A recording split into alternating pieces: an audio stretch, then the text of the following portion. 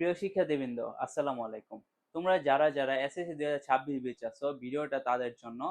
তো এখন আপনারা সকলেই জানেন যে ওমর ফারুক আপনাদের যে কবিতাটা আছে অর্থাৎ পদ্ম, এটা কিন্তু এবার তোমাদের শর্ট সিলেবাসে একবারে নতুন করে দেয়া আছে। এখন এই অধ্যায় থেকে আমি মাত্র 5টা সৃজনশীল বোর্ড, তারপর অন্যান্য যে সকল সুপার সাজেশন, যতগুলো সাজেশন আছে সব দেখে আমি টেস্ট পেপার গাইড সবকিছু অ্যানালাইসিস করে আপনাদের জন্য জাস্ট 5টা সৃজনশীল রাখছি। এবং 5টা সৃজনশীল আমি পুরো অধ্যায়ের 5টা আলাদা আলাদা ভাগে ভাগ করে রাখছি।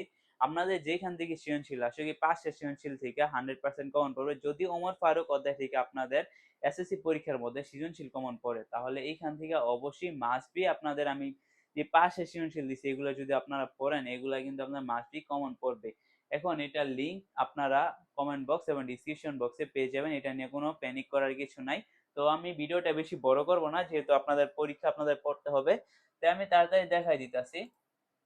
ওকে, তো দেখেন ওমর ফারুক এটার উদ্দীপকটা, এই কোশ্চেনটা হচ্ছে ন্যায় বিচার ও কঠোর নীতি। তো আমি লিখা দিই এই কোশ্চেনের কি হচ্ছে গিয়া ন্যায় বিচার, ঠিক আছে, মানে এই সম্পূর্ণ সৃজনশীলটা হচ্ছে ন্যায় বিচার রিলেটেড। তো এটা ক নাম্বারটা হচ্ছে দেখেন, পুলিশের বড় কর্মকর্তা আসলাম সাহেবের একমাত্র ছেলে ট্রাফিক আইন অমান্য করায় তিনি নিজেই তাকে আইনের হাতে তুলে দেন।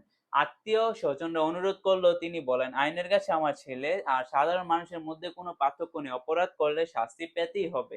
ঠিক আছে, এই তারপর ক নাম্বারটা হচ্ছে ওমর ফারুক কবিতাটি নজরুলের কোন কাব্যগ্রন্থ থেকে নেওয়া হয়েছে? ওমর ফারুক রাদিয়াল্লাহু কেন তলোয়ার হাতে দাঁড়িয়েছিলেন, ব্যাখ্যা করো। এটা আপনারা সকলেই পারবেন। এটা ছিল ন্যায় বিচার ও কঠোর নীতি রিলেটেড। ঠিক আছে, এবার আমরা পরবর্তীটাই চাই।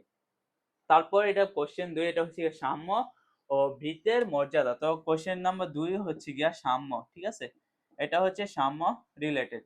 তো এটা দেখেন ক নাম্বারটা হচ্ছে শমশের শব্দের অর্থ কি? এটা আপনারা শব্দের অর্থের মধ্যে পাইবেন। খ নাম্বার হচ্ছে মোর পরে যদি নবী হতো কেউ সে হতে কোমর, কেন বলা হয়েছে, ব্যাখ্যা করে। এটা আপনারা যদি বই পড়ে থাকেন তাহলে এটা পারার কথা। ওকে, তারপর 3 নাম্বার যে কোশ্চেনটা তার মধ্যে যাই, এটা হচ্ছে গিয়ে দায়িত্ববোধ ও জনসেবা। তো 3 নাম্বার যে কোশ্চেনটা রাখছি এটা হচ্ছে কি দায়িত্ব বোধ। ওকে, এটা হচ্ছে কি দায়িত্ববোধ ও জনসেবা রিলেটেড। এটা ক নাম্বার রাখছি নান্দি শব্দের অর্থ কি?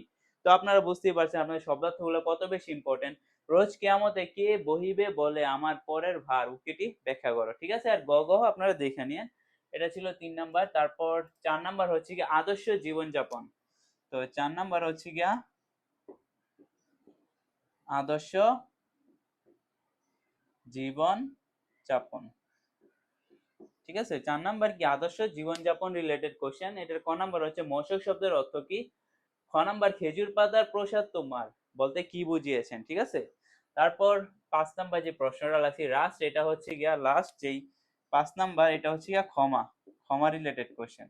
মানে আপনাদের সম্পূর্ণ অধ্যায় আমি কভার করে দিছি এই 5টা সৃজনশীল দিয়া। তো আপনাদের উচিত 5টা সৃজনশীল ভালোভাবে পড়া। এটার ক নাম্বারটা হচ্ছে হযরত ওমর রাদিয়াল্লাহু এর পুত্রের নাম কি? হযরত ওমর রাদিয়াল্লাহুকে উদ্ধৃত বলা হতো কেন, বুঝিয়ে লেখো। তো শিক্ষার্থীরা আপনারা বুঝলেন এই 5টা সৃজনশীল দিয়ে আপনাদের সম্পূর্ণ অধ্যায় কিন্তু আমি কভার করে দিছি। আপনারা যে যাই পড়েন এই 5টা সৃজনশীলের বাইরে কিন্তু আসবে না। এই 5টা সৃজনশীল হইতে পারে কোন একটা সৃজনশীল হুবহু আসতে পারে। তো আপনারা যারা এগুলো পড়ে নেন ভালোভাবে পড়ে নেন। যদি আপনাদের ভিডিওটা ভালো লাগে চাইলে আমাদের ভিডিওর একটা লাইক দিবেন এবং আমার চ্যানেলটিকে সাবস্ক্রাইব করবেন। আল্লাহ হাফেজ।